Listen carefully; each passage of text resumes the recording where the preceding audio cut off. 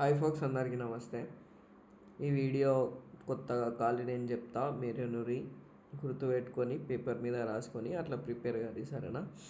ఈ వీడియోలో ఏ యూనిట్ గురించి చెప్తున్నామంటే డిఫరెన్షియల్ ఈక్వేషన్స్ మ్యాథ్స్ 2Bది.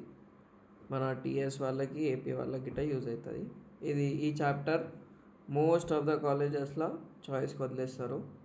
అండ్ అన్ని కాలేజెస్లో ఏమని చెప్తున్నారంటే ఖాళీ మీరు ఇంటిగ్రేషన్ వదిలేసి సరే ఫస్ట్ పార్ట్ మొత్తం గట్టిగా నేర్చుకొని ఈజీగా పాస్ అయిపోతారు అంటారు.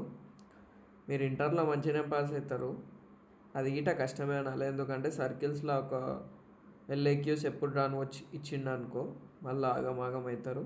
సేఫ్ సైడ్కి చాప్టర్ చదువుకొని పెట్టుకోరి. ఈ చాప్టర్ ఎంత ఈజీ అంటే డెడ్ ఈజీ ఉంటుంది. లిమిటెడ్ ఫార్ములాస్ ఉంటాయి, లిమిటెడ్ మెథడ్స్ ఉంటాయి. 7 మార్క్స్కి వచ్చేసి ఒకటి వేరియబుల్ సపరబుల్ మెథడ్, అది 4 మార్క్స్.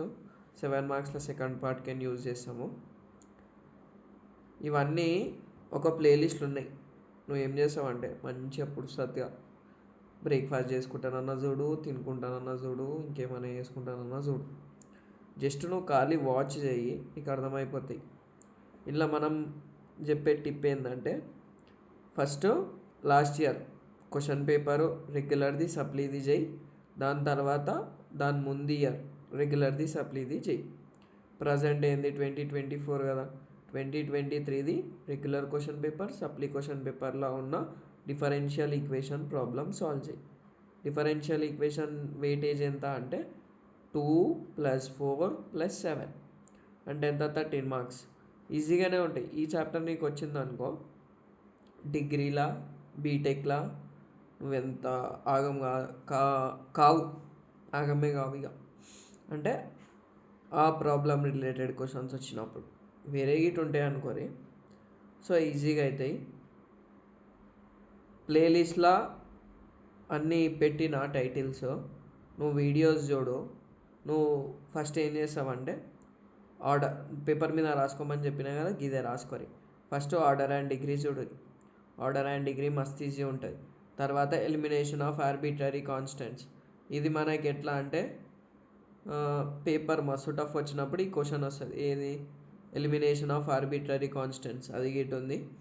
తర్వాత method of variable and separable, variable separable method ఉంది.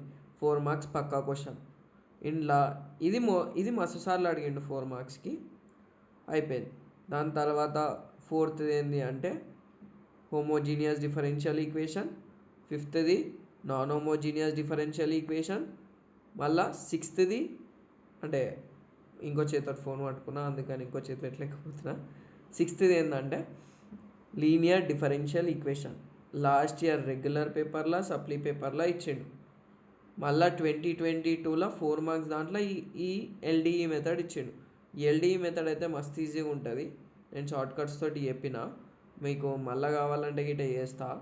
బోర్డు మీద ఎందుకు చేస్తలేమంటే జర దగ్గుతోటి కష్టమవుతుంది, మార్కర్లు గిట్ట అయిపోతున్నాయి. నేను అనుకున్నాను వ్యూస్ ఇటు వస్తలేవు. సో వచ్చినా రాకున్నా ఈ ఎగ్జామ్స్ వరకు మంచిగా మ్యాథ్స్ వీడియోస్ చేద్దాం, దాని తర్వాత చూద్దాం, సరేనా? ప్లేలిస్ట్ లింక్ డిస్క్రిప్షన్లో పెడతా, కామెంట్ సెక్షన్లో పెడతా. ఇంకా మీకు ఎగ్జామ్స్కి మస్తు భయం అవుతుంది అనుకుంటే మీరు ఏం చేస్తారు, మంచి మార్కులు ఒక 40+, 50+ రావాలనుకోరి, ఎగ్జామ్ మీద భయం పోనీకి ఏం చేస్తారంటే లాస్ట్ ఇయర్ 2023ది 2022ది regular question paper, supply question paper solve చేసి పడేసాయి. ఒక్క క్వశ్చన్ పేపర్లు 24 క్వశ్చన్లు ఉంటాయి. 2023లో మాత్రం 24 ఉంటాయి.